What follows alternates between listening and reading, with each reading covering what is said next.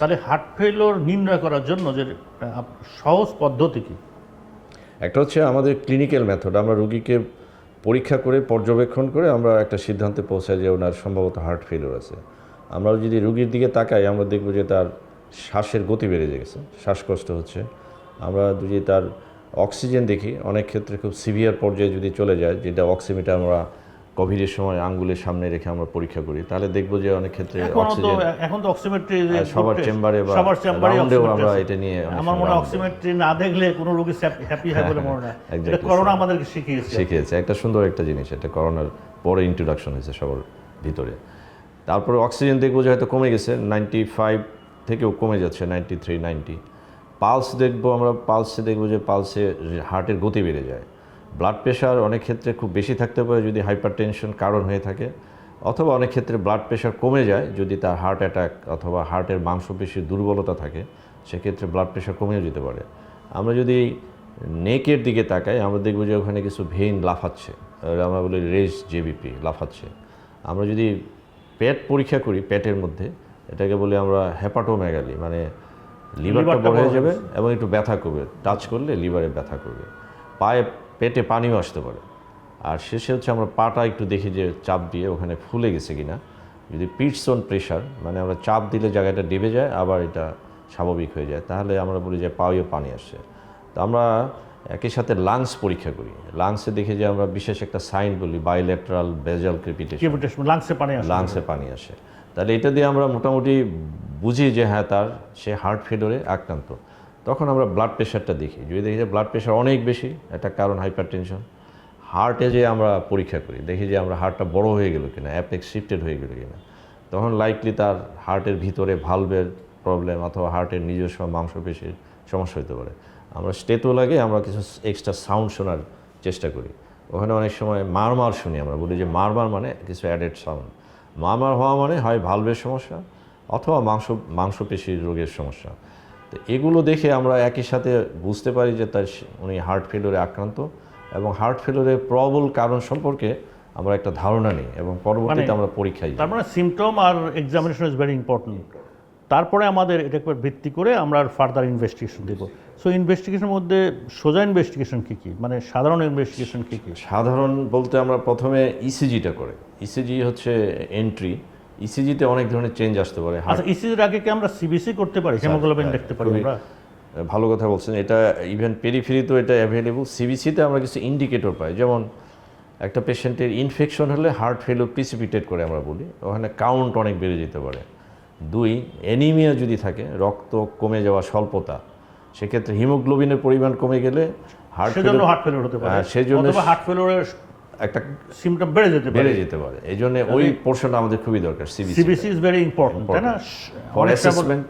হ্যাঁ, অনেক সময় দেখা যাচ্ছে যে আমরা আনমাইন্ডফুলি হোক অথবা আমি কি বলবো আমার ব্যস্ততার কারণে ওভারলুক করে ফেলি, but CBC is a very good test, এবং আমার মনে হয় যে সব রোগীদেরই হার্ট ফেলিওরের সিবিসি করা উচিত।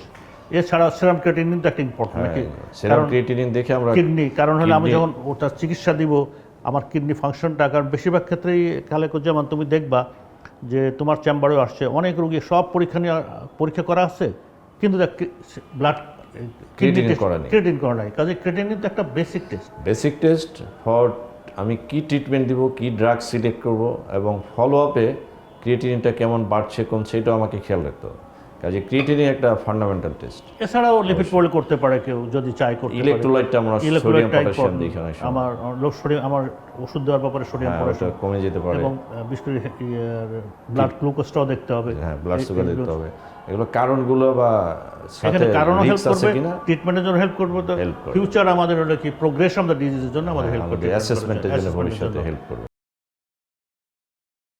এখন এগুলো বেসিক টেস্টগুলো স্যার আপনি যেটা সুন্দর করে বললেন সেটা অবশ্যই করতে হবে। সিবিসি, তারপরে হচ্ছে serum creatinine, electrolytes, blood sugar, lipid profile, এগুলো আমরা দেখব।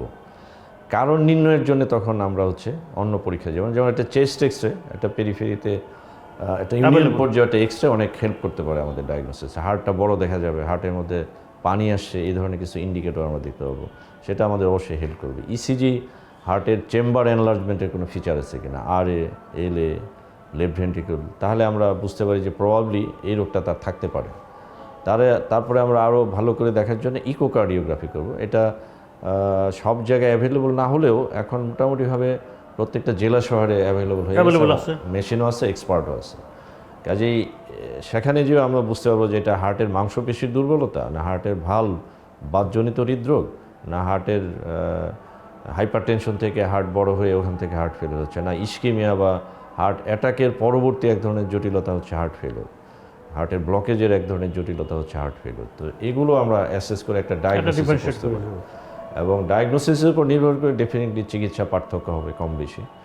তো তখন আমরা রোগ নির্ণয় করে আগাতে পারি। এছাড়াও আরও কিছু সফিস্টিকেটেড টেস্ট আমরা করি খুব খারাপ রোগীদের বেলায়, ABG, arterial blood gas analysis. কিছু কিছু ক্ষেত্রে সিদ্ধান্তে না আসতে পারলে আমরা কার্ডিয়াক এমআরআই করি। আমাদের দেশে এটা যদিও এতটা অ্যাভেলেবল না, পপুলারও না, অ্যাভেলেবল না।